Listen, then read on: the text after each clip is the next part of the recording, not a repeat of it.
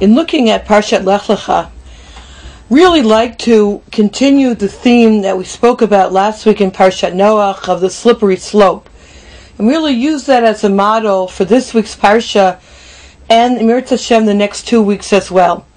I'd like to look at this week and the next 2 weeks of Emirat Hashem, individuals in the Parsha who are really ancillary individuals, people whom we don't focus in on because their behavior is not the most appropriate. But if the Torah sees it fit to mention these individuals, then it behooves us to see what we can learn from them.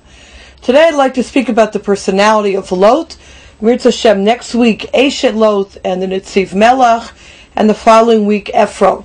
And it's really one larger theme that we began speaking about last week, of the slippery slope, of taivas, of working on mitos. Today's shir was really prompted by an email question I received from a very special person in Cincinnati last year, where she asked on Parshat Lech a very basic question.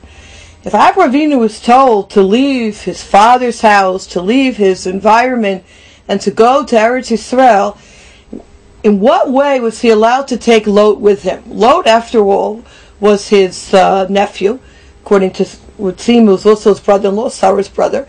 What right did he have to take an individual from his past with him? And indeed, if we take a look in source number 4, the Mefarshim asks this question.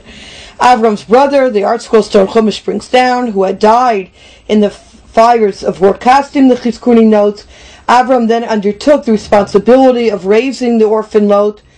Some commentators note that God had not bidden Avram to take Lot with him, and that Lot's later behavior showed that he should not have done so. The Zohar Chadash explains that Avram took him because he foresaw that David and Mashiach would descend from him, and from Lot, and because Haran had died in support of Abraham, Avram felt that he had to be compassionate on his son.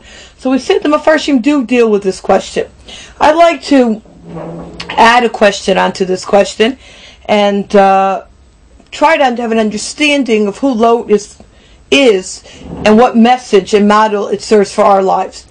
Later in our parsha, when they leave Egypt after that harrowing experience in Egypt, the Torah tells us in source number 2, also Lot, who went with Abram, had flock, cattle, and tents, and the land could not support them dwelling together, for their possessions were abundant, and they were unable to dwell together. And there was quarreling between the herdsmen of Abram's livestock and the herdsmen of Lot's livestock.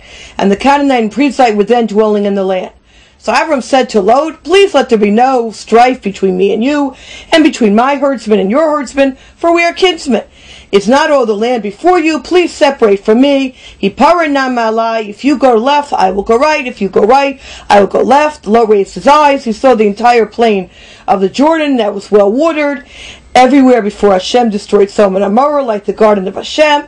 So Lot chose for himself the whole plain of the Jordan, and Lot journeyed from the east, thus they parted one from his brother.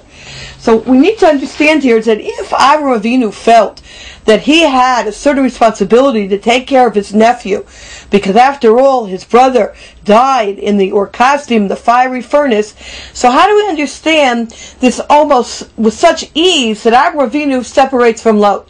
Right? There's one quarreling going on, not even between them, between the herdsmen, over whether they muzzle the sheep or not with the grass. And that's it. Avraham Avinu says, okay, let's part ways. Where's Avraham Avinu's responsibility for his nephew? Why doesn't he try harder to work with him, to help him out? How do we understand what seems to be such a categorical let's split from each other?